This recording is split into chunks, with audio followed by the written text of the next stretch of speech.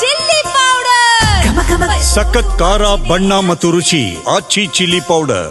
ಕರ್ನೂಲ್ ಅಗ್ನಿ ದುರಂತದಲ್ಲಿ ಇಡೀ ಕುಟುಂಬವೇ ಬಲಿ. ಘೋರ ದುರಂತದಲ್ಲಿ ಒಂದೇ ಕುಟುಂಬದ 4 ಸಾವನ್ನಪ್ಪಿದ್ದಾರೆ. 2 ಮಕ್ಕಳು ಹಾಗೂ ದಂಪತಿ ದುರಂತದಲ್ಲಿ ಸಾವನ್ನಪ್ಪಿರೋದು. ಆಂಧ್ರದ ನೆಲ್ಲೂರು ಮೂಲದ ರಮೇಶ್ ಕುಟುಂಬ ದುರ್ಮರಣ ಹೊಂದಿರುವಂಥದ್ದು. ಬೆಂಗಳೂರಿನಲ್ಲಿ ನೆಲೆಸಿದ್ದಂಥ ನೆಲ್ಲೂರು ಮೂಲದ ರಮೇಶ್ ಕುಟುಂಬ, ರಮೇಶ್ ಪತ್ನಿ, 2 ಮಕ್ಕಳು ಬಸ್ ದುರಂತದಲ್ಲಿ ಸಾವನ್ನಪ್ಪಿದ್ದಾರೆ. ನೆಲ್ಲೂರಿನ ವಿಂಜಾಮೂರು ಮಂಡಲದ ಗೊಲ್ಲವಾರಿ ಪಾಲೆಂನ ನಿವಾಸಿ ರಮೇಶ್ ಅನ್ನೋದು ಗೊತ್ತಾಗ್ತಾ ಇದೆ. ಬೆಂಗಳೂರಿನಲ್ಲಿ ಬಹಳ ವರ್ಷಗಳಿಂದ ವಾಸ ಇದ್ರಂತೆ. ಹಬ್ಬಕ್ಕೆ ಅಂತ ಮಕ್ಕಳನ್ನೆಲ್ಲ ಕರ್ಕೊಂಡು ಊರಿಗೆ ಹೋಗಿದ್ದಾರೆ. ಹಬ್ಬ ಮುಗಿಸಿ ವಾಪಸ್ ಬರ್ತಿದ್ದಂಥ ಸಂದರ್ಭದಲ್ಲಿ ಈ ದುರಂತ ಸಂಭವಿಸಿದೆ. ಒಂದೇ ಕುಟುಂಬದ 4 ಸಾವನ್ನಪ್ಪಿರೋದು. ತಂದೆ, ತಾಯಿ ಮತ್ತು 2 ಮಕ್ಕಳು ಸಾವನ್ನಪ್ಪಿದ್ದಾರೆ ಅನ್ನೋದು ಗೊತ್ತಾಗ್ತಾ ಇದೆ. ಪಾಪ ಬೆಂಗಳೂರಿನಲ್ಲಿ ವಾಸ ಇದ್ರಂತೆ. ಹಬ್ಬ ಆಯ್ತಲ್ಲ, ಆ ಕಾರಣಕ್ಕಾಗಿ ಊರಿಗೆ ಹೋಗಿ ಬರೋಣ ಅಂತ ಹೋಗಿದ್ರು. ಒಂದು ದಿನ ಬಿಟ್ಟು ಅಥವಾ ಒಂದು ದಿನ ಮುಂಚಿತವಾಗಿಯೋ ಹೊರಟಿದ್ರೆ ಆಗಿರ್ತಿತ್ತು. ಆದರೆ ಏನು ಮಾಡ್ತೀರಾ, ಸಾವು ಯಾವಾಗ ಯಾರಿಗೆ ಹೇಗೆ ಬರುತ್ತೆ ಅನ್ನೋದು ಹೇಳಲಿಕ್ಕೆ ಆಗೋದಿಲ್ಲ. ಒಂದೇ ಕುಟುಂಬದ 4 ಸಾವನ್ನಪ್ಪಿರುವಂಥದ್ದು ಇದು.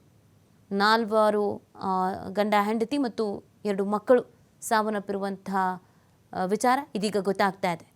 ಈ ಪ್ರಕರಣದಲ್ಲಿ ಒಟ್ಟು 20 ಮಂದಿ ಸಾವನ್ನಪ್ಪಿರೋದು. 11 ಮಂದಿಗಳ ಮೃತದೇಹವನ್ನು ಗುರುತಿಸಿದ್ದಾರೆ. ಆ ಪೈಕಿ 4 ರಮೇಶ್ ಕುಟುಂಬಸ್ಥರು ಅನ್ನೋದು ಗೊತ್ತಾಗ್ತಾ ಇದೆ.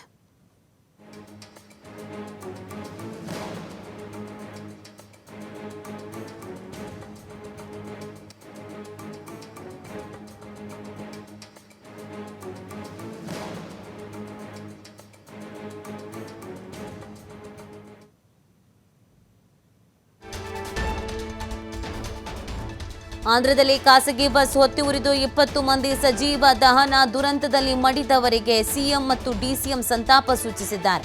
ಟ್ವೀಟ್ ಮಾಡೋದರ ಮುಖಾಂತರವಾಗಿ ಸಿದ್ದರಾಮಯ್ಯ, ಡಿಕೆ ಶಿವಕುಮಾರ್ ಅವರು ಸಂತಾಪವನ್ನು ಸೂಚಿಸಿದ್ದಾರೆ. ಖಾಸಗಿ ಬಸ್ಗೆ ಬೆಂಕಿ ಹೊತ್ಕೊಂಡು ಹಲವರು ಸಾವನ್ನಪ್ಪಿದ್ದಾರೆ, ಹಲವರು ಪ್ರಾಣ ಕಳ್ಕೊಂಡಿದ್ದಾರೆ.